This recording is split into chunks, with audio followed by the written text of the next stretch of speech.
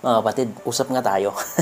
Ano ba ang pinakadapat mong gawin kapag feeling mo nagpo-pull away na yung partner mo or nag-pull away na siya, nakipag-iwalay na siya, or nabalitaan mo na may something siyang ginagawang kalokohan? Ano ba ang pinaka-the best na approach? Ano ba ang pinaka-the best na dapat mong gawin?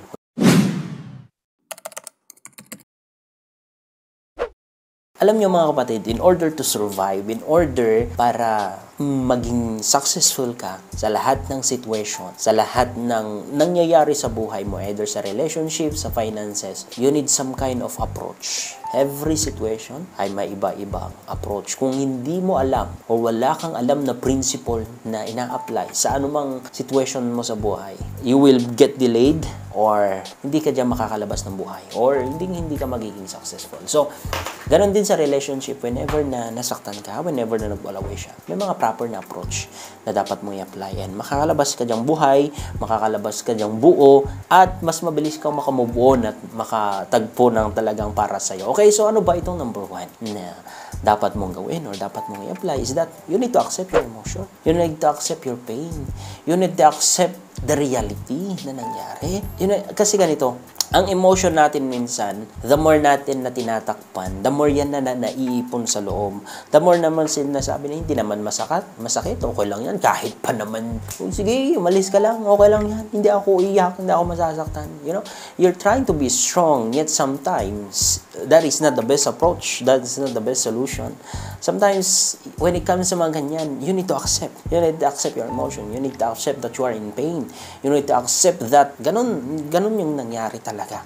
And it's okay for you na umiyak. It's okay for you na magmumukhang loser. It's okay. Kasi ganito, whenever that you're trying to resist that emotion, para ka bang pressure cooker. Alam mo yung pressure cooker, kaya mabilis ang maluto yung ilalagay mo dun kasi naka-pressurize yung nasa loob. Ano po?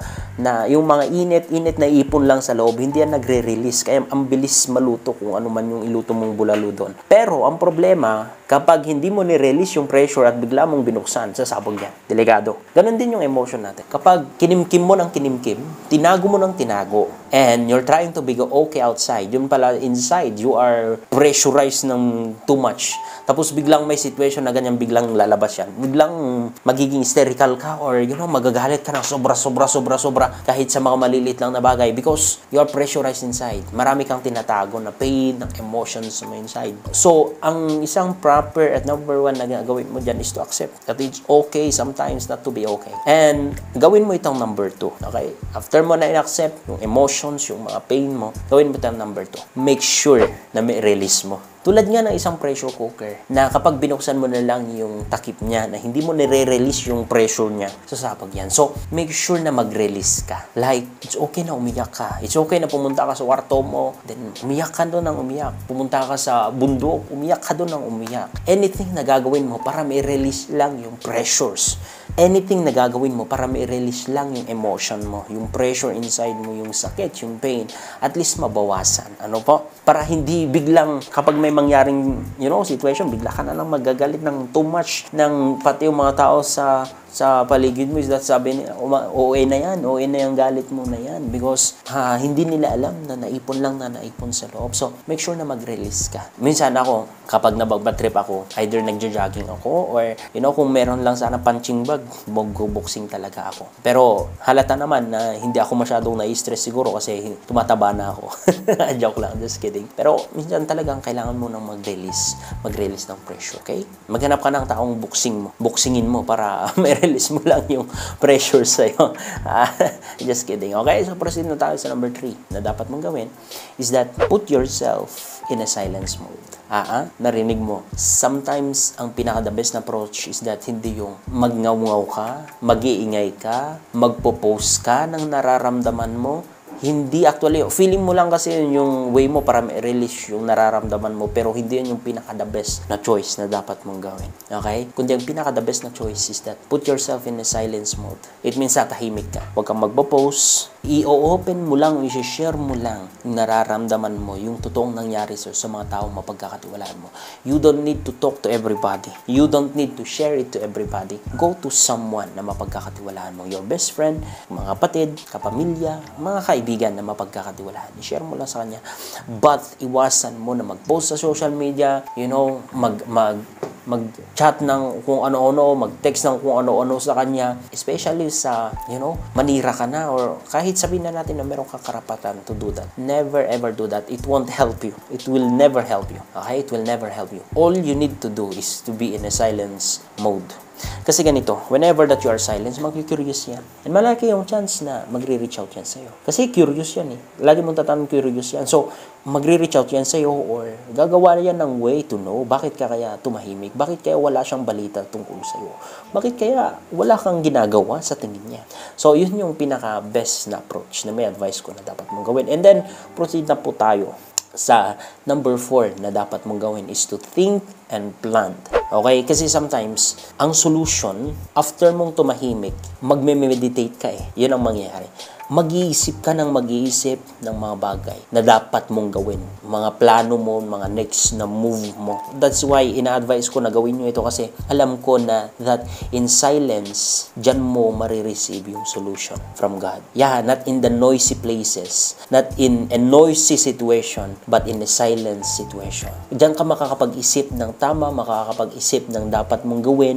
Dyan tumatahimik or kumakalma yung puso at isip mo. Okay? Mag-iisip ka, evaluate mo yung nangyayari, bakit kaya ganyan yung nangyari, worth it ba siyang ibalik sa buhay ko, or hindi na, or mag-move on na ako, or way kaya ng Panginoon yan para mawala yung sino man ang, nagda-down sa'yo, or sino man yung nang didelay sa buhay mo. Kailangan mong pag-isipan yan.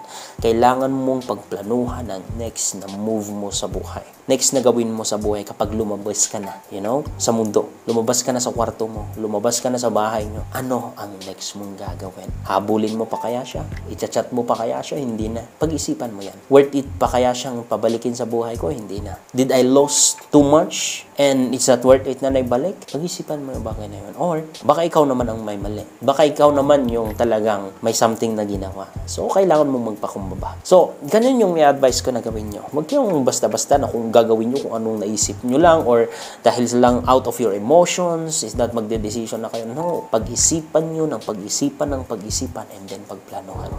You'll see, makakalabas ka diyang buhay. And you will see, yung sa tingin mo na wala nang patutunguhan ang buhay mo, yan pala yung stepping stone mo para sa mas successful at mas magandang buhay mo. Lagi mong tatandaan yan, okay? So, think and plan. And last but not the least, na may advice ko sa inyo, is that begin to talk to God. Kasi most of the time, yun yung ginagawa niya or ginagamit niya. Yung situation mo, yung mga broken hearts, yung mga pain, yung ginagamit niya to get your attention. Okay? Especially if He loves you. Especially if He is your father and you are His son or you are His daughter. Gagawin niya yun. So, sometimes you need to realize na, bakit kaya nangyari to sa akin? Baka gusto lang ng Panginoon na bumalik ako sa Kanya. So, kausapin mo siya. Sabi mo, Lord, patawarin mo ako. Nawalan po ako ng time sa'yo. Patawarin mo po ako. Hindi po kita kinausap. Or, kung hindi mo pa kilala ang Diyos, sabihin mo, Panginoon, bakit kaya nangyari to sa akin? Gusto po kitang kilalanin. Gusto ko po kitang i-receive sa buhay ko. Gusto po kitang seryosohin ang relasyon ko sa'yo. Panginoon, ipapakilala mo po sana kung sino ka sa akin, kung anong klase kang Diyos, Panginoon. That is the time to best or the best na time to talk with God sa mga panahon na yan. Sa panahon na yan. Every emotion, every pain, turn it into a relationship with God, with the Lord, with our Christ Jesus. Okay? Lagi mong tatanyan that. Trust me, whenever that yun yung genuine na prayer mo, ang makausap ang Panginoon, He will visit you. May encounter mo siya, either His angels or either Him. He will come and visit you and talk with you. Trust me. I'm very bold to share this video kasi ako mismo naranasan. Maraming beses that I'm in pain. Maraming beses na nagkasala ako, nabuhay ako sa mundo. Pero that is the time that I called upon His name and He visited me. Sa boarding ko dati, He visited me. Sobrang presensya niya, yung pagmamahal niya. Maiyak na naman ako because yung presensya niya sa panahon na yun. Mga panahon na hindi ko na kaya, yung pang problema ko, sabi ko, Lord, kailangan mo kita. And mararamdaman ko palagi yung kanyang presensya, yung kanyang pagmamahal, yung feeling na parang pinatawad niya ako sa lahat ng kasalanan ko. And tinanggap niya ako ng buong buo. At mahal na mahal niya ako. Trust me, mangyayari din sa'yo yan. Kausapin mo lang siya, okay? So, God bless you. God bless sa journey mo and sa relationship mo sa Panginoon. That's it. Please share this video and please comment down below. Thank you, Jesus. God bless.